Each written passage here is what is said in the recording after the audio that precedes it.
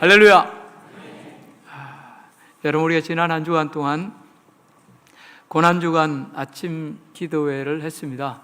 사실 이런 특별한 절기가 있을 때마다 저는 굉장히 마음에 부담이 있습니다. 왜냐하면 제가 이렇게 아침 기도회에 있으니까 여러분 다 나와주세요, 이런 이야기를 했는데 여러분이 또 못 나오게 되면 제 마음이 힘들고요, 또 여러분들도 힘들 수 있습니다.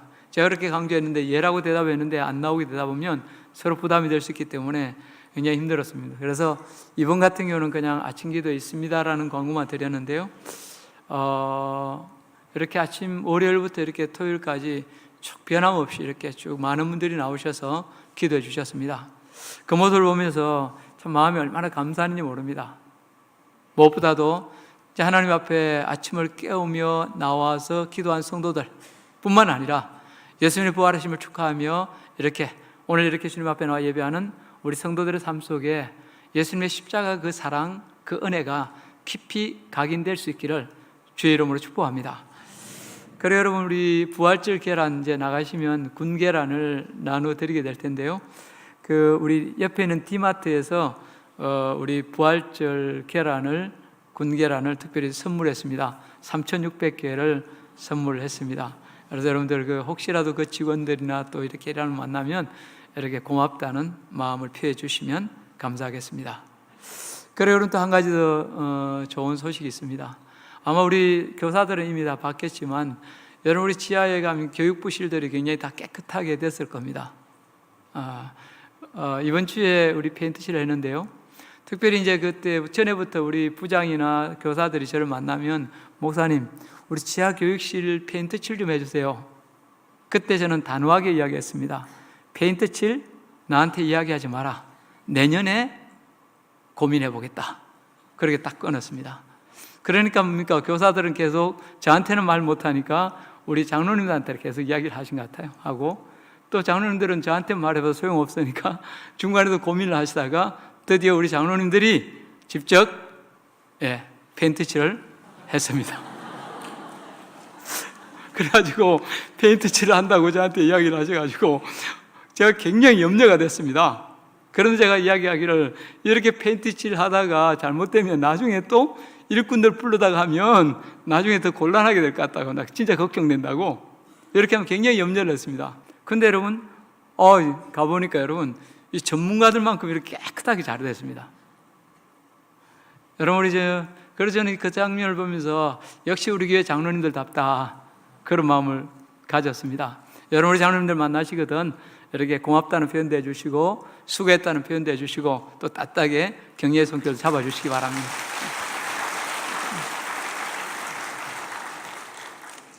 그래서 앞으로 우리 장로님들 앞으로 이제 페인트단을 아마 조직해가지고 그 아르바이트 할지도 모르겠어요. 오늘은 우리 예수님께서 죽음의 근세를 깨뜨리고 다시 사신 부활주일입니다. 함께 기뻐하며 예배하는 여러분의 삶 속에 부활의 권능과 영광이 충만하기를 주의 이름으로 축복합니다. 여러분, 이 시간 우리 옆에 있는 분들 서로 한번 축복합시다. 옆에 있는 사람 얼굴 보시면서 손 잡아주시고 또 격려하면서 예수님 부활을 진심으로 축복하고, 예수님 부활이 당신 부활입니다. 예수님 부활, 당신 부활, 선생님 부활, 집사님 부활, 권사님 부활, 장로님 부활. 여러분, 기독교는 변화의 종교입니다. 어둠에서 빛을 창조하시고 혼돈에 질서를 부여하시고 무에서 생명을 창조하신 하나님은 변화의 하나님이시며 새로움의 주체이십니다. 성경에 보면 부활하신 예수님을 만난 사람들은 다 변화되었습니다. 어부가 변하여 사도가 되었습니다. 돈밖에 모르던 수전노가 변하여 위대한 사랑의 사람이 되었고, 창녀가 변하여 성녀가 되었습니다. 위선자가 변하여 진리의 사람이 되고, 박해자가 변하여 순교자가 되었습니다. 중요한 것은 오늘 우리에게도 부활하신 주님을 만나는 영적 체험이 있어야 한다는 것입니다. 여러분, 한번 생각해 보십시오. 오늘날 그토록 많은 사람들이 예수를 믿는다고 하는데 왜 삶에 변화가 일어나지 않습니까? 그것은 예수 그리스도가 부활하셨다는 사실을 알고는 있지만 부활하신 주님을 실제로 만나지 못했기 때문입니다. 나와 함께 하시며 내 삶을 인도하시는 주님의 손길을 체험하지 못했기 때문입니다. 따라서 우리가 주님의 부활에 동참하기 위해선 우리의 믿음을 고백할 뿐만 아니라 부활의 영광을 보는 우리의 영안이 열려야 합니다. 그분의 음성을 듣는 귀가 열리고 그분의 인도하시는 손길을 느끼는 영적 감각이 살아나야 합니다. 그럴 때 우리 삶에 놀라운 변화가 일어나게 되어 있습니다. 오늘 우리가 읽은 요한복음 20장뿐만 아니라 다른 부활장을 살펴보면 부활하신 예수님을 만나고 변화된 사람들로 가득 차 있습니다. 이들은 부활하신 예수님을 만나고 완전히 다른 사람이 되었습니다. 그렇다면 부활의 주님을 만나면 구체적으로 어떤 변화가 일어나게 됩니까? 첫째, 부활하신 주님을 만나면 슬픔 대신 기쁨이 찾아옵니다. 여러분, 막달라 마리아를 보십시오. 그녀는 슬픔의 여인이었습니다. 누가복음 23장에 보면 예수님께서 십자가를 지고 골고다로 가실 때 가슴을 치며 슬피 우는 여자의 무리가 뒤따랐다고 그렇게 기록하고 있습니다. 이 가슴을 치며 슬피 우는 여자의 무리 속에 막달라 마리아가 끼어 있었습니다. 그녀는 예수님이 십자가 위에서 처참하게 죽으시는 모습을 보며 슬픔을 가눌 길이 없었습니다. 왜냐하면 그녀는 누구보다도 예수님을 사랑했기 때문입니다. 예수님을 장례하는 자리에서도 마리아는 마음에 적지 않은 상처를 입었습니다. 해가 기울면 6월절 안식일이 시작되기 때문에 예수님의 시신을 장사할 수 있는 시간이 불과 2시간밖에 안 남았습니다. 아리마대 요셉, 니고데모, 몇몇 여인들이 아무리 힘을 모은다 해도 장례 절차를 제대로 밟기에는 턱없이 부족한 시간이었습니다. 그래도 대충대충 할 수밖에 없었습니다. 예수님을 사랑했던 마리아로서는 이 일이 너무너무 마음에 걸렸습니다. 마리아는 마음의 깊은 상처를 안고 집으로 돌아가서 이틀 밤을 거의 뜬 눈으로 새우다시피 했습니다. 그리고 사흘째 되는 날 새벽, 안식일이 끝나자마자 그녀는 향유를 들고 예수님 무덤으로 달려갔습니다. 사흘 전에 예수님 장사 지낼 때 미비됐던 부분을 자기 혼자서라도 수습해 보려고 했던 것입니다. 그러나 예수님의 무덤에 간 그녀 눈앞에는 너무 뜻밖의 사건이 기다리고 있었습니다. 무덤 문은 열려 있었고 예수님의 시신이 온데간데 없이 사라진 것입니다. 그 광경을 보고 마리아가 얼마나 놀라고 당황했겠습니까? 그녀는 어찌할 바를 모른 채 울고 있었습니다. 그때 부활하신 예수님께서 그녀를 찾아오셨습니다. 여자여, 어찌하여 울며 누구를 찾느냐? 마리아는 그가 동산직인 줄 알고 이렇게 말합니다. 당신이 예수님의 시신을 옮겨갔으면 어디 두었는지 내게 말하소서. 그러면 내가 가져가겠습니다. 그때 예수님이 다시 마리아야 그렇게 부르십니다. 평소 아주 자주 듣던 낯익은 음성이었습니다. 바로 예수님의 음성이었습니다. 그 순간 여러분 마리아의 마음이 어땠을까요? 감격을 주체할 수 없어 선생님 하며 예수님의 옷자락을 붙잡는 그녀의 모습을 여러분 한번 상상해 보십시오. 슬픔에 잠겨 울고 있던 얼굴이 순간 기쁨과 탄성으로 활짝 피어났습니다. 부활하신 주님의 음성을 듣는 순간 마리아의 슬픔은 씻은 듯이 깨끗이 날아가 버렸습니다. 슬픔이 변하여 기쁨이 되고 절망이 변하여 춤이 되었습니다. 다 끝났다고 생각했는데 이제 모든 것이 끝장이라고 생각했는데 다시 예수 그리스도를 보게 되니 그 기쁨과 감격이 얼마나 컸겠습니까? 그렇습니다, 여러분. 이 점은 저와 여러분들도 마찬가지입니다. 살아계신 예수 그리스도를 만나는 사람은 누구나 슬픔이 변하여 기쁨이 되는 은혜를 체험할 수 있습니다. 서울 어느 교회에 집사님 부부가 있었습니다. 이 두 사람은 다 대학 교수로 오래전부터 믿었기 때문에 성경에 대해서나 예수님에 대해서 알 만큼 아는 분들이었습니다. 여 집사님은 자신이 구원받았다는 확신도 나름 가지고 있었습니다. 그러나 어딘지 모르게 성경 말씀을 비판하고 따지는 것을 능사로 생각하는 약간은 교만한 교인이었습니다. 예수님의 십자가와 부활에 대해서도 알고 있었지만 단지 과거형으로만 알고 있었습니다. 그런데 남편이 갑자기 뇌출혈로 쓰러졌습니다.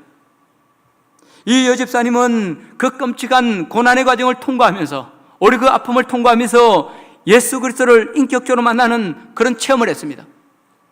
그러면서 그 교만한 마음이 깨어지고 삶이 180도 달라졌습니다. 언젠가 그 집사님이 이런 고백을 했습니다. 저는 우리 남편이 쓰러지는 고난을 통해서 예수님의 십자가 사랑을 깊이 깨닫게 되었습니다. 고난이 유익이라고 외치는 이상한 사람이 되었습니다. 순간순간 하나님의 사랑에 감격해서 울보가 된 축복의 사람이 되었습니다. 오늘도 우리 부부를 향하신 주님의 사랑을 생각하면 온통 감격할 것밖에 없습니다. 주님을 영원토록 찬양합니다. 여러분, 이 말이 고지 들리십니까? 남편은 아직 의식조차도 회복하지 못하고 있는데 말입니다. 저는 이 간증을 읽으면서 이 집사님의 믿음이 목사인 저보다 낮구나, 그런 생각을 했습니다. 세상을 원망하고 하나님을 원망해도 시원치 않을 것 같은데, 땅을 치며 통곡해도 그 아픔이 가실 것 같지 않는데, 무엇이 이 집사님을 하여금 모든 슬픔을 딛고 일어서서 기쁨으로 간증할 수 있게 만들었습니까? 그 대답은 아주 간단합니다. 부활하신 예수 그리스도를 만났기 때문입니다. 부활하신 주님이 슬픔 중에는 그녀를 찾아가서 마리아야 불러주시자 그녀는 자기도 모르는 사이에 그렇게 변한 것입니다. 고난 중에 오히려 기뻐하고 찬양하는 희한한 사람이 된 것입니다. 여러분, 오늘날 주위를 돌아보면 이 세상은 슬픔과 탄식으로 가득 차 있습니다. 얼마 전 TV에서 오랜 내전으로 부상당한 채 누워있는 아프리카 사람들의 모습을 비춰준 적이 있습니다. 부러진 팔과 잘려나간 다리를 붕대로 칭칭 감은 채 두려움에 가득 찬 눈망울로 누워있는 아이들을 보며, 또 그 아이들을 품에 안고 어찌할 바를 모르고 채 오열하는 그 어머니들을 보면서 어른인 나 자신에 대한 분노와 주체할 수 없는 슬픔이 가슴 깊은 곳에서 올라왔습니다. 그런데 슬픔은 비단 이 사람들에게만 있는 것이 아닙니다. 저의 가슴에도 슬픔이 있습니다. 여러분의 가슴에도 슬픔이 있습니다. 겉으로는 웃지만 우리 속에는 사귈 수 없는 많은 눈물들이 있습니다. 이 세상에서 슬픔을 완전히 씻어버리고 슬픔 없이 사는 사람은 하나도 없습니다. 인생은 그 자체요, 그 자체가 눈물이요 슬픔인지 모르기 때문입니다. 그러나 이러한 가운데라도 주님을 만난 사람은 소망 가운데 기뻐할 수 있습니다. 오히려 내 약점이나 고통 속에서 하나님께 감사하며 찬양할 수 있습니다. 그래서 여러분, 하박국 선지자가 뭐라고 노래했습니까? 하박국 3장 17절 18절입니다. 같이 읽어보겠습니다. 비록 무화과 나무가 무성하지 못하며 포도나무에 열매가 없으며 감람나무에 소출이 없으며 밭에 먹을 것이 없으며 우리의 양이 없으며 외양간에 소가 없을지라도 나는 여호와로 말미암아 즐거워하며 나의 구원의 하나님으로 말미암아 기뻐하리로다. 무화과 열매가 없습니다. 포도 열매도 없습니다. 곡식도 없고 양도 없고 소도 없습니다. 그럼 뭘 먹고 살란 말입니까? 심지어 전쟁으로 나라를 빼앗긴다 할지라도, 아니 그 전쟁으로 말미암아 죽는다 할지라도 구원의 하나님만 계시면 기뻐할 수 있다는 것입니다. 아니 기뻐하겠다는 것입니다. 놀랍지 않습니까? 여러분, 혹시 우리 가운데 남에게 드러낼 수 없는 가슴 아픈 사연으로 힘든 분들 있습니까? 갑작스러운 사업 실패나 실직 때문에 경제적으로나 가정적으로 큰 타격을 받고 있는 분들 있습니까? 아니 우리 가운데도 경쟁 대회에서 밀려나 고개 숙인 아버지, 고개 숙인 남편으로 살아야 되는 분들이 계실지 모릅니다. 아버지는 아버지대로 내가 어찌다가 이렇게 되었나는 그런 자조와 슬픔에 괴로워하고 있습니다. 가족은 가족들대로 그렇게 자신만만하던 아버지가 기죽어 있는 그런 모습을 보며 마음이 아픈 분들도 있을 것입니다. 그러나 방법이 있습니다. 아니 살 길이 있습니다. 부활하신 예수 그리스도를 만나시기 바랍니다. 특별히 성경을 읽는 중에, 설교를 듣는 중에, 기도하고 예배하는 중에 마리아야, 아니 누구야 부르시는 하나님의 음성을 들으시기 바랍니다. 그러면 사막에 강을 내고 산에 길을 내시는 하나님의 은혜를 체험할 수 있습니다. 아니, 여러분의 눈에서 모든 눈물을 씻겨주시고 감사로 채워주시는 주님의 놀라운 손길을 체험하게 될 것입니다. 이 부활의 아침, 이 은혜를 다 체험할 수 있기를 주의 이름으로 축복합니다. 두 번째로, 부활의 주님을 만나면 공포, 두려움이 사라집니다. 본문 19절 말씀 우리 같이 한번 읽어보겠습니다. 이날 곧 안식 후 첫날 저녁 때에 제자들이 유대인들을 두려워하여 모인 곳에 문들을 닫았더니 예수께서 오사 가운데 서서 이르시되 너희에게 평강이 있을지어다. 가룟 유다는 이미 저 세상 사람이 되어버렸고 도마는 외출했다가 아직 돌아오지 않았습니다. 그곳에는 물론 다른 무명의 제자들이 있긴 했지만 10명의 제자가 그 그룹의 중심이라 할 수 있습니다. 그런데 이들은 모두 공포에 짓눌려 있습니다. 장병들이 그렇게 많은데도 집 문을 꼭꼭 걸어 잠근 것만 봐도 그들이 얼마나 두려움에 떨고 있는지 충분히 짐작할 수 있습니다. 예수님께서 한창 인기를 끌고 사람들의 환호를 받을 때는 제자들의 기세가 하늘을 찌를 듯 했습니다. 그때는 겁날 것이 없었습니다. 오히려 예수님이 왕이 되면 누가 더 높은 자리에 앉을 것인가 하는 가슴 벅찬 기대가 그들에게 있었습니다. 그러나 믿고 의지했던 예수님께서 처참하게 십자가에서 돌아가신 후 제자들은 자신감과 용기를 몽땅 잃어버리고 말았습니다. 게다가 예수님을 십자가에 못 박은 그 험악한 분위기가 점점 제자들의 목을 조여오기 시작했습니다. 예수님을 저렇게 잔인하게 죽였는데 제자인 우리를 그냥 두겠어? 그 마음이 들자 제자들은 걷잡을 수 없는 공포에 사로잡혔습니다. 그래서 그들은 밤뿐만 아니라 대낮에도 방문을 꽉 걸어잠근 채 공포에 떨고 있었던 것입니다. 그런데 바로 그때 부활하신 예수님이 그들 가운데 찾아오셨습니다. 샬롬, 너희에게 평강이 있을지어다. 이 말씀을 듣는 제자들의 모습을 한번 상상해 보십시오. 이제는 다 끝났다고, 예수님이 살아날 일 없다라고 생각하며 좌절하고 있는데 갑자기 예수님이 그들 가운데 나타나셨으니 그들은 반쯤 넋이 나갔을 것입니다. 처음에는 꿈인가 생신가요 자기들의 뺨을 꼬집어 왔을지도 모릅니다. 그러나 모든 것이 사실이요 진짜였습니다.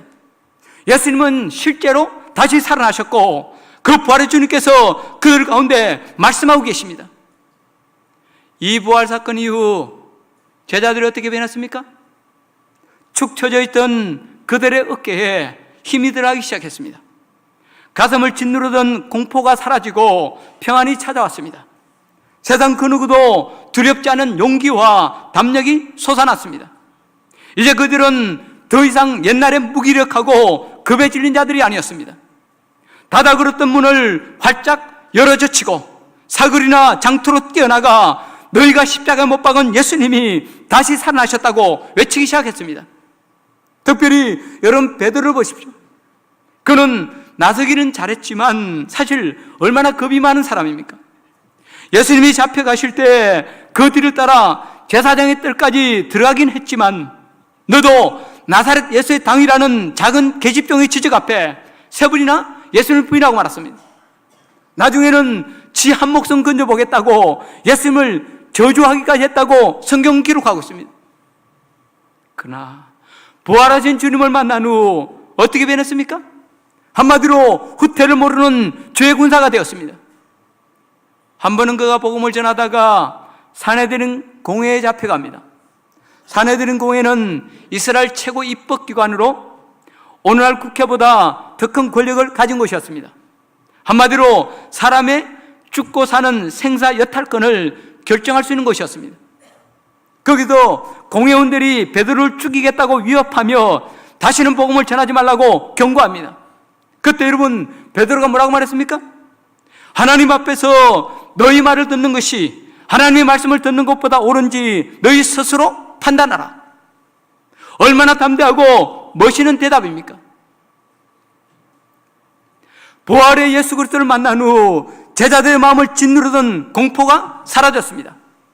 이 세상이 줄 수 없는 하늘의 평안과 담력이 그들 안에 들어온 것입니다.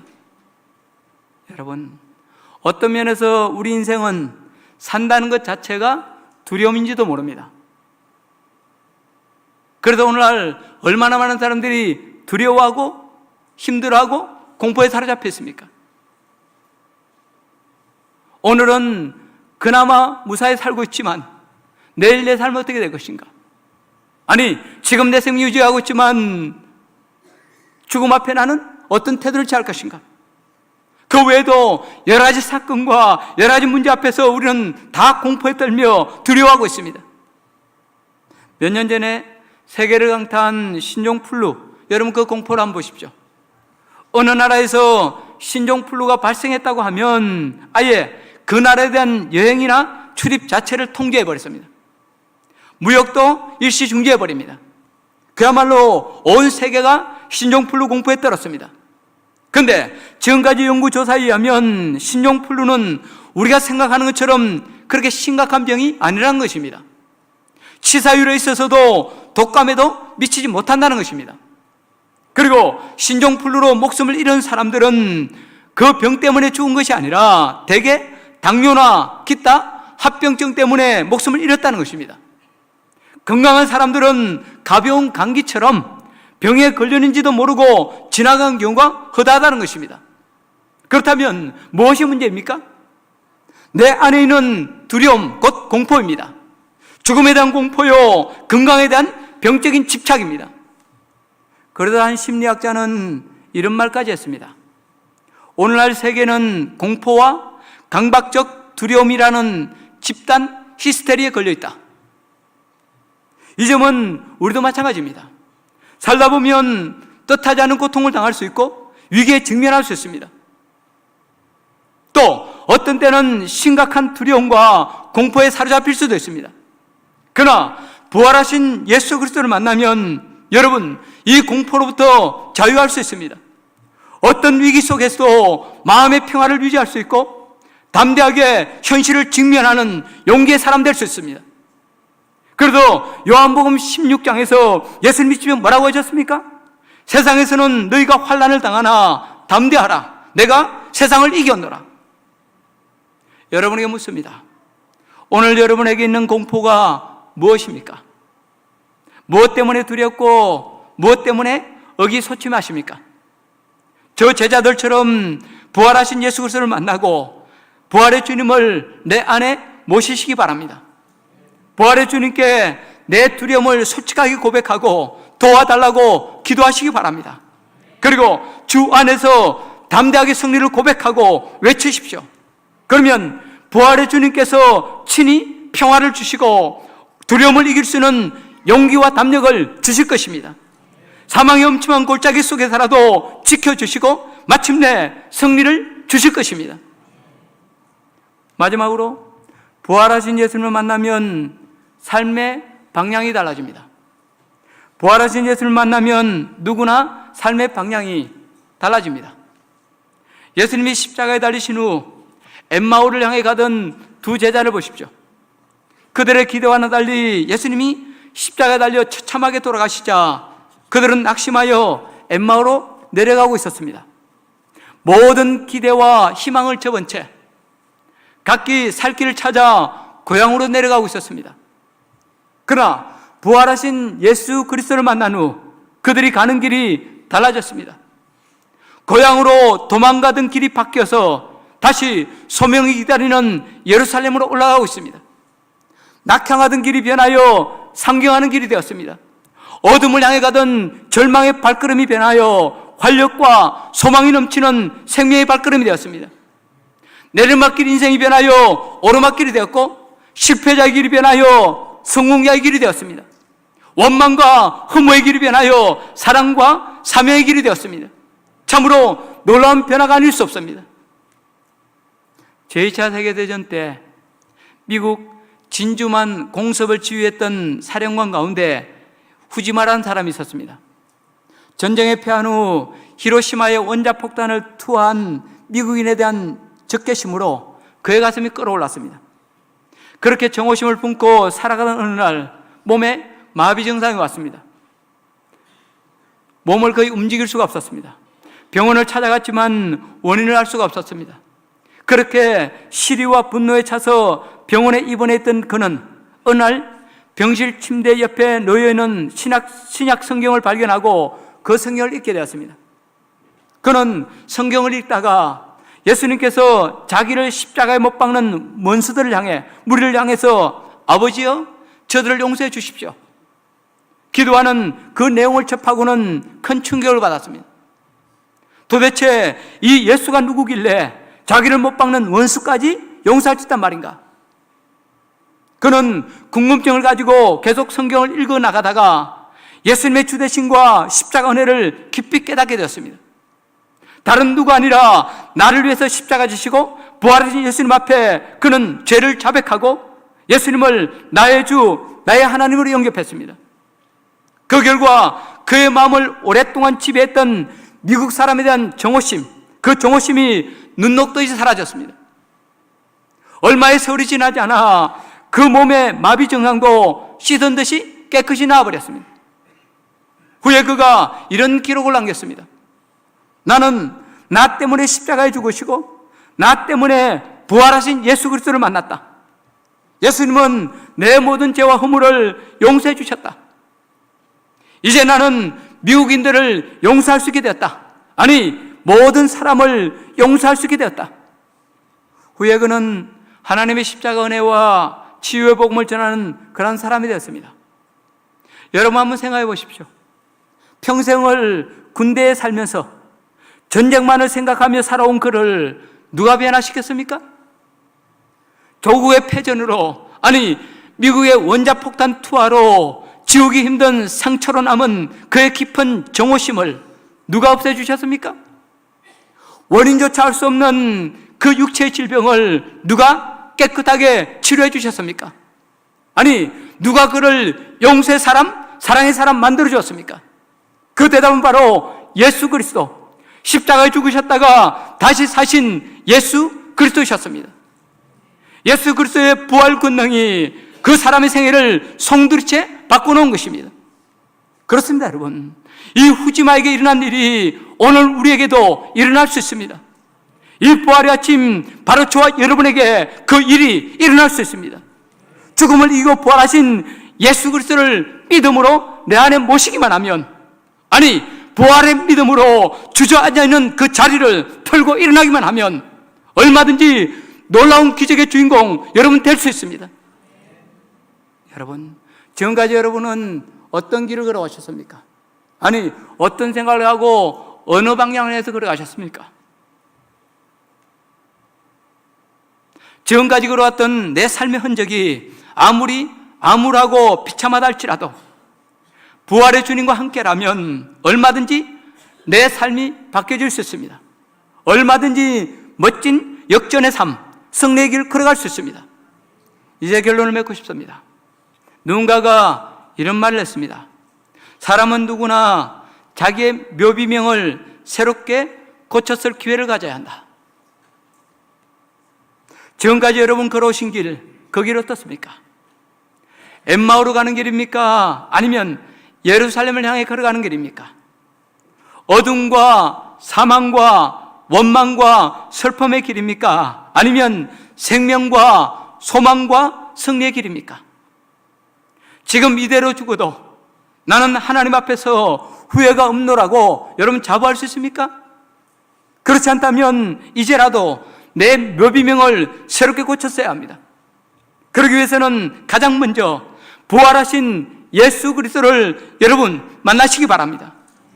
절망의 자리, 죄악의 자리를 박차고 일어나 주님 부르시는 그 길로, 구원의 길로 힘차게 나가시기 바랍니다. 그리고 비록 작은 것이라 할지라도 우리의 손을 펼쳐서 예수님처럼 여러분 사랑을 실천하시기 바랍니다. 그러면 지금까지 경험하지 못한 놀라운 생명의 기적, 새 삶의 기쁨이 여러분을 찾아오게 될 것입니다. 세상 그 어떤 위협이나 유혹, 심지어 죽음조차도 짤 수 없는 담대함과 평화가 여러분 가운데 임하게 될 것입니다. 부활의 복된 이 아침, 저와 여러분 모두 우리를 위해서 이 땅에 오시고 우리를 위해서 부활하신 그 부활의 주님을 만남으로 이 놀라운 은총의 주인공으로 믿고 다 우뚝 설 수 있기를 주의 이름으로 축복합니다. 기도하겠습니다.